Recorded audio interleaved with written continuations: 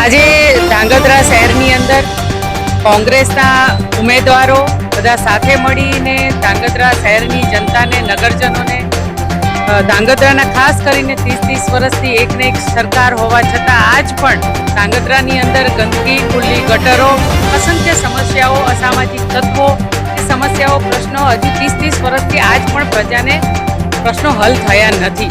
અને ખાસ કરીને અમારી મહિલા ઉમેદવારો, પુરુષ ઉમેદવારો બધા જ આજે ધાંગધ્રા શહેરની જનતાને મળવા જશે, એના પ્રશ્નો સાંભળશે અને આજે લોકોને ડોર ટુ ડોર કરી અને કોંગ્રેસ પ્રચારમાં ઉતરી છે. કોંગ્રેસ સામાન્ય વર્ગ માટે લડે છે, કોંગ્રેસ લોકોના હિત માટે લડે છે, કોંગ્રેસ જનતા માટે લડે છે.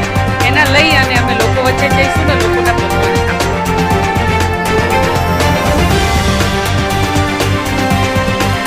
બિલકુલ આપની વાત સાચી છે. કદાચ ગઈ ટર્મમાં ક્યાંક અમારી કંઈ ઉણપ રહી ગઈ હશે અને હું માનું છું ત્યાં સુધી આ વખતે અમારા બધા જ ઉમેદવારો જીતવાના છે અને જંગી બહુમતીથી જીતવાના, કારણ કે 30 વર્ષથી સરકાર ભાજપની એકતરફી શાસન કરી રહી છે ને એકતરફી શાસન થયું રહ્યું હોવાથી છતાં પણ આજ પણ ધાંગધ્રાની જનતાના પ્રશ્નો ત્યાં ને ત્યાં છે અને અમારા દરેક ઉમેદવારો ખૂબ લડાયક છે, ખૂબ ઉત્સાહી છે અને ભણેલા ગણેલા ઉમેદવારો છે ને પ્રજાના હિત માટે બારે માસ લડે છે. નહીં કે 365 દિવસ કોંગ્રેસનો કાર્યકર્તા રોડ પર હોય છે અને ભારતીય જનતા પાર્ટીનો માત્ર લડી અને વાયદા વચનો આપી અને જતો રહે છે.